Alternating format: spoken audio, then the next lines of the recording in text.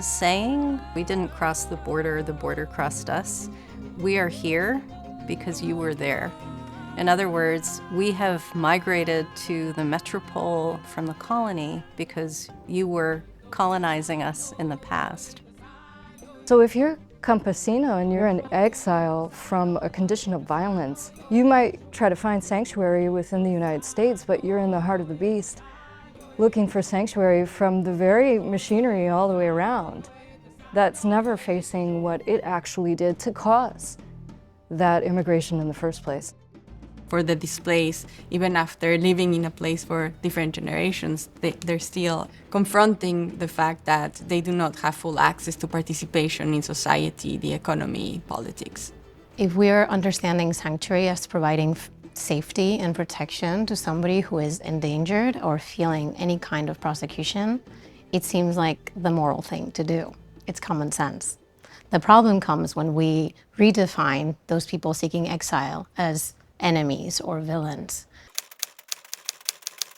So the origins of the sanctuary movement in the 1980s began because members of religious communities saw that there was terrible violence in Latin America. In particular, the United States was helping arm and fund very repressive regimes in Guatemala and El Salvador. And in the process, almost 1 million people fled and came to the United States.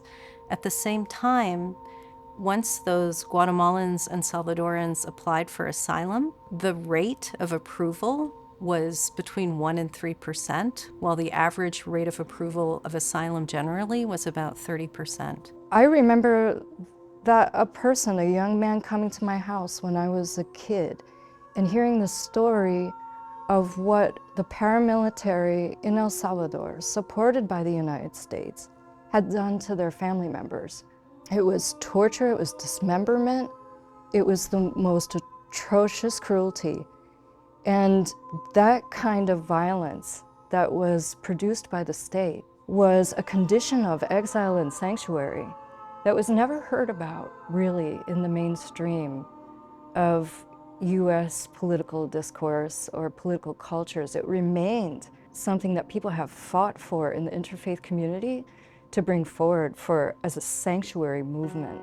So there was this, I think, very well-founded perception, which was that the United States essentially supporting these military dictatorships that were producing all of these refugees who then were not being recognized as actual refugees when they came to the United States.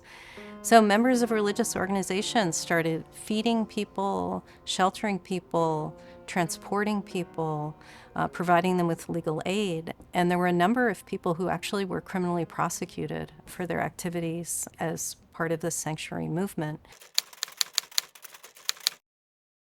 So I think there are linguistic similarities. Obviously, colonial regimes bring a language with them that they force the people they're colonizing to learn, and it becomes the language of colonial administration. There become immigration pathways that exist for people from former colonies that shape why people go to the so-called metropole from the colony. Starting perhaps in the 90s, just at the end of the sanctuary movement, before these we had the two parties taking very similar positions in terms of immigration policy. So both parties would be wanting to give more rights to immigrants who were already in the US. But in the 90s is when we see these two parties diverging in their policies.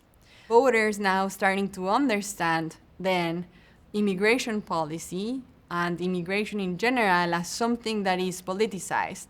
If you support the Democratic Party, then you're liberal, and then you're supporting more inclusionary policies. If you're supporting the Republican Party, then you're not.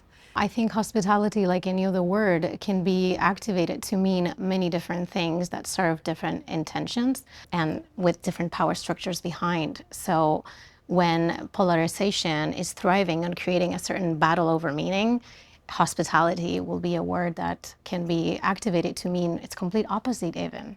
To whether or not I think of sanctuary as essentially a liberal act, I feel like it's a human act. It's a humane act. It's recognizing that the stranger is the neighbor, is potentially the loved one. You could think of that as a liberal politics, but if you're thinking about just aiding people to escape possible death, just seems the moral thing to do. There's nothing inherently liberal about that.